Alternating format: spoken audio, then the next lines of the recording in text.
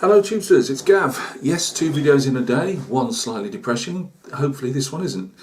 We're back on the kit building roll, as I say, fall off the bike, get on the bike or the horse or whatever. So we're gonna get back on the bike, on the horse and whatever with this kit. The one Greg sent me, and that's the Osorio, the Brazilian, we can say prototype main battle tank. If you didn't catch my other video when I was thanking Greg for this, these were built as a private venture. Show the box again, Gav. These were built as a private venture by a Brazilian company whose name, again my head's still a bit wonky, I've completely forgotten, but go look on Wikipedia, you'll find it all out anyway. They built 2 as a private venture. They were going to hopefully sell them abroad to like the Saudis, who were going to be running they were looking for a new main battle tank and were running a competition, as most of these countries do, to see which one they want to go for. And they built 2 of these. I think it's I'm going to get the box up here again. I think it looks a lot like the, hang on, let me just dig my Challenger book out here, because I was just trying to look at metal textures, which I'll get to in a second. I've got this. These are, if you ever get these, try and get these books. Any of us of a certain age were using these, the real ones. I don't mean the Challenger, I mean the book to repair their Land Rovers and other vehicles over the years. These are Haynes manuals, but they do a massive collection of aircraft, vehicles, ships, and they go right into, they use either, in the case of the Challenger, up-to-date photographs and older, obviously World War II stuff. It will be museums and those that have been, say in the case of aircraft, flying again, and you get some fantastic, really useful textures and painting interiors and things like that, you know, for your models. Absolutely fantastic these are. I was using this one mainly just to see any of the metal type textures on it could be applied to the Osorio. Because when I opened it up, they showed a couple of prototypes that Vickers had made for the Challenger. So going right back to, I believe Challenger, although this is Challenger 2, they were showing its lineage, and they showed the 2 prototypes, and it looked a heck of a lot like the Osorio. Now I don't know if there was any crossover. I know it's got a British. Well, they had a British 105 gun, and I believe the German 120. So I'm not sure what that one's got on. It might be the 105. Where you see this cut texture here, that's a thermal sleeve, I would imagine. It's not actually steel, that's actual a sleeve that goes around the metal bit sticking out there. And now what I'd hope to do on this one is, as I said before, I've been having a few low spots because I've been trying to work on complicated kits that are way above my you know, what I can do at the moment. So I wanted to go back to a nice, fairly simple kit, which these Trumpeters tend to be. I know they do some really complicated ones as well, but these, especially these early 2000 kits, I've done the Lav, and I've seen other people's other kits, and I've got another 2 or 3 Trumpeter, another Lav, and an Israeli Tyran 6, I believe, which is the T55. I might have got that wrong, but so you know, I know what they're like, and I can build these kits and confident in building them. So what I wanted to introduce to this, I've been recently by Greg Reilly. He mentioned this this Martin Kovac anyway, who's Night Shift channel, and he's an armour modeller, and obviously a very good one. And he was showing how to put metal, like a metal texture, not a cast texture, and not an anti-slip texture, but more of a, and you can produce both by putting more on and less. He mixes Tamiya basic putty with modelling glue. Now the only problem is, as far as I can see, you can't get Tamiya basic putty over here because I've had a look online. So I'm going to do what a lot of people use, which is Mr. Surfacer 500, which I have got, so there's no expense involved there. So I'm going to try the Mr. Surfacer approach, and you apply it and rub it down, and and maybe apply it again. You know, so it gives you that feeling of weight and solidness, I hope. And I also want to try doing where the work they do. Well, I don't know if they do it computerized welding now, or if it's done by hand, but on the more modern stuff anyway. But I want to do the welds that he shows how to do that as well. Because although he stopped using Magic Sculpt for the Tamiya stuff, which I haven't got either, but I have got Magic Sculpt, so I'm going to attempt to do that as well. I think it's a good flat-sided, chunky, not too overcomplicated in design. I'm really stuck for photographs, I must admit. There's a couple of it under which it shows on the box art, but there's a couple of when it was under trials in Saudi Arabia, but when you try to blow them up you can't really see the metal texture very good and things. It's not going to have any stowage on whatsoever because this was just going through trials, and all the pictures I've seen it's completely devoid of any type of stowage. So it's just going to be a nice simple, put it together, paint it, but I do want to try these ways of doing it. Greg, if it all goes really wrong, it's another apology, but we've got to try, haven't we? So join me down at the desk, guys. We'll have a look at what's inside the box. It's only a few sprues, and it's all fairly uncomplicated, but you might want an Osorio one day, so let's go and have a look at it. Right guys, thanks for joining me at the bench. Quick look at the instructions. Hopefully they're not all fold out. Great, because I can never fit them on my bench. Usual, getting the running gear sorted. So that's lots of wheels on cocktail sticks for a couple of days. This has the opening at the bottom, and I just wondered if it was something to do with these early ones went down like the Japanese route and put motors in them. I don't know, but anyway, putting our running gear on, suspension units,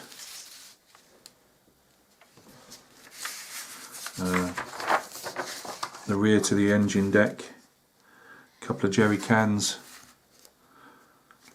Need to go a bit closer, guys.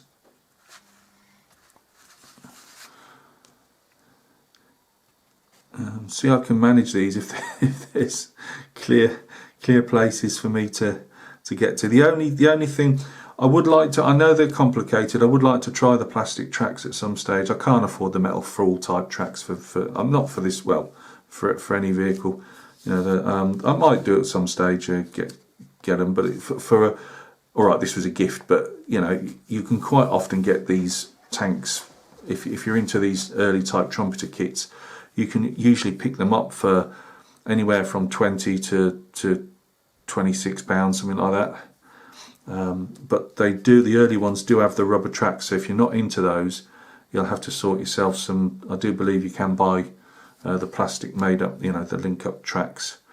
I've got that T55 type Israeli one, and I might see if there's an option for the metal or the plastic tracks on those.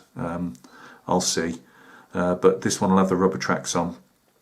Now, just like I was as a kid, and when I did the Merkava, I'm absolutely useless at getting these to stick together. I use staples in the end, and like the Merkava, this has got the side skirts, so I can hide that if it comes to it. So yeah, we've got those to look forward to. We've got again the lights going on, the driver's hatch, just telling us actually colours, just basic. I'm not into really I don't really think you need a code for a lot of this stuff, yes, you don't want to say like a really dark brown tank if it's supposed to be a light sand and things like that, but at the moment I'm not getting too hung up on a desert colour's a desert colour, as long as it's within an acceptable type. There's no point putting desert pink if it's something else. These guys at the back, which I take it were fans and fan coverings. I take it, as I say, there's not a huge amount. I've seen written bits and pieces online, but not a great deal else. These guys here, stowage boxes, I take it. Sorry guys, if you can see that. But again, it's all fairly simple stuff. He says. Oh, you know what I'm like, guys. Right, yeah, engine deck. Because these are quite pronounced here, these fans on the back. They seem to be quite a thing for the ID for the tank. We've got our skirts to go on.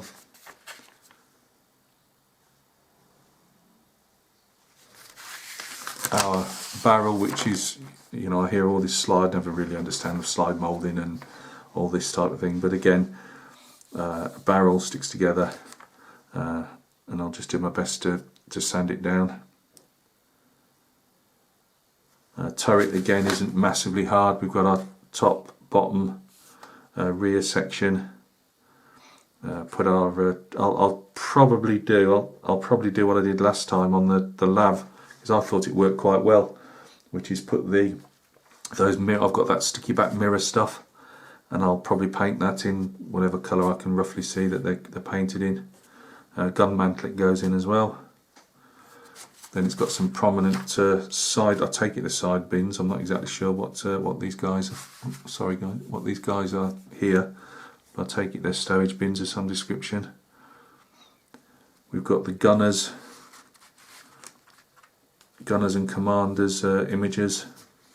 Which are these guys here. Smoke discharges. Radio antenna 2. Let's see if I can stuff that up as well.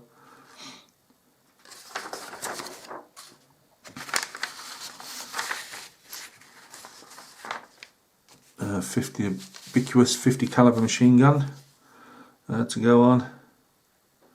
There's a stowage box on the side for camo nets and stuff. But again, I'm going to keep that completely empty. Then turret goes onto the main body, and then we've got these are the older Trumpeter ones, so you don't get obviously a colour sheet. I'm telling you, with it, I don't think you do anyway. Let me just have a quick check. No, I can't see. So it just says sandy brown, flat white. So which looks to be a mixture of 90% and 10%.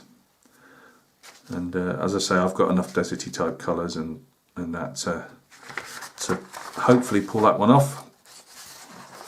I might do some obviously darker shades and lighter shades on it. Pre-shading, I suppose that's what it's called. Then we've got obviously a sprue count, whatever you want to call it there.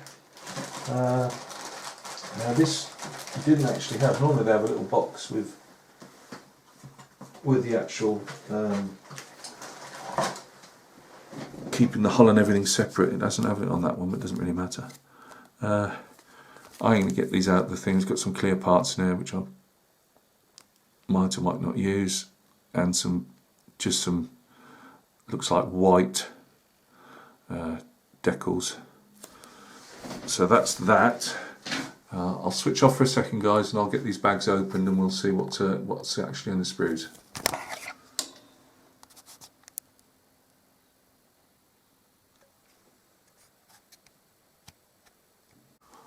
I know, guys, contain your excitement. Idler wheels. I've just got the first sprue out. 2 plastic bags, each with a couple of sprues in. And these are our idler wheels. I'm just taking them out. Sorry, just taking them out as they come. We have our turret. The one I've seen in the museum, which is now not sand, it's tricolour, I think, or at least a green base with a couple of colours on. That looked like it had got some anti-slip on it, and I'd imagine it would have done, even at the age of, I think these were done in the late 80s, and the trials came just before the Gulf War, so was it 1991? So yeah, there's a bit of grime on this one actually, so it probably need a good scrub up, or at least wiping down with some if you're lucky enough to have IPA alcohol at the moment in these hard times, which I am actually. We've got our Stowage Basket, not too bad.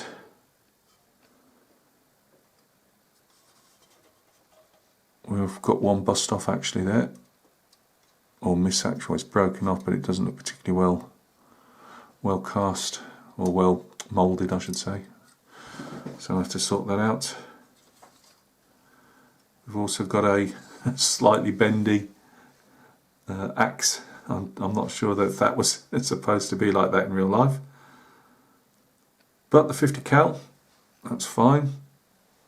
It is what it is. It's got some holes, you know, where you could, I suppose, make them deeper, but I don't think I will. This one, as I say, this one is going to be a lesson in trying to texture things, I think.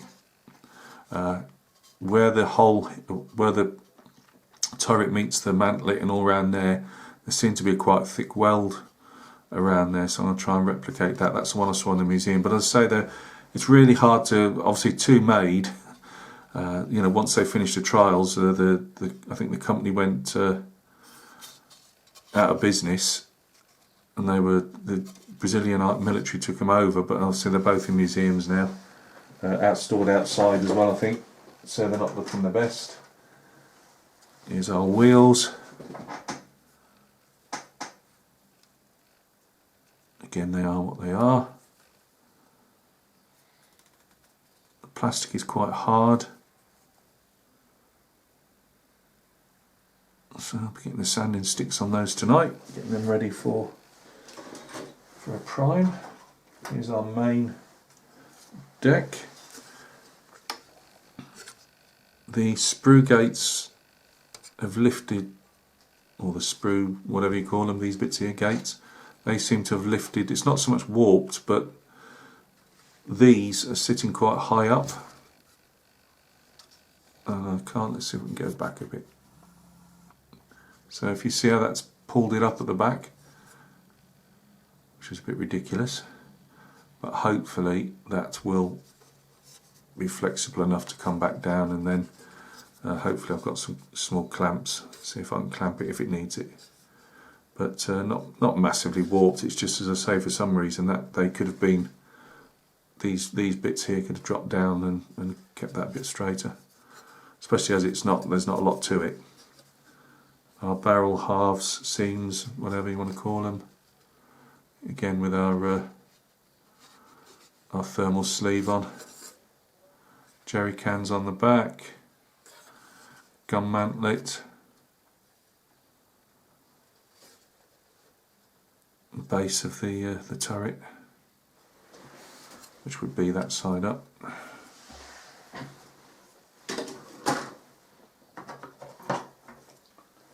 Last main sprue, or last sprue, we've got our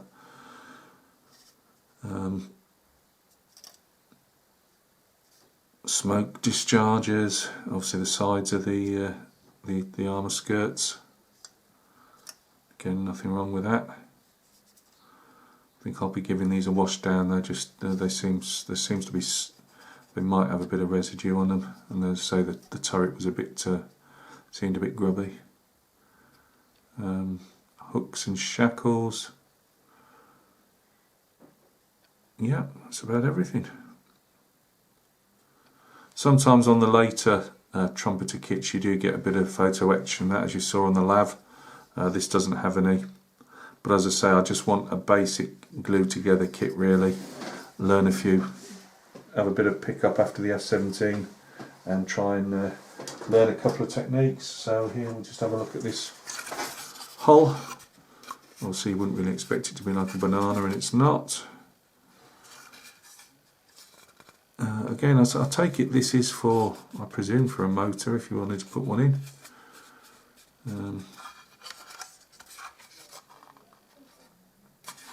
The mould says 1999, and I think the box on the outside said 205, something like that, 203. So yeah, that's our base of our hull, and you've seen them all before, but I don't think there's a modeller out there that hasn't broke their teeth on rubber tracks. cut their teeth on rubber tracks. I think that was the word I was after. Again, there's a lot of residue on that, you can feel it. So they're going to have a good scrub.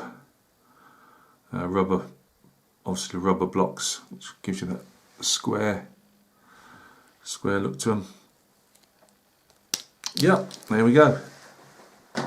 So guys, thank you very much for stopping by and taking a look. This is the next project. Famous, as we know, the famous last words, and Gav's motto is, what can possibly go wrong?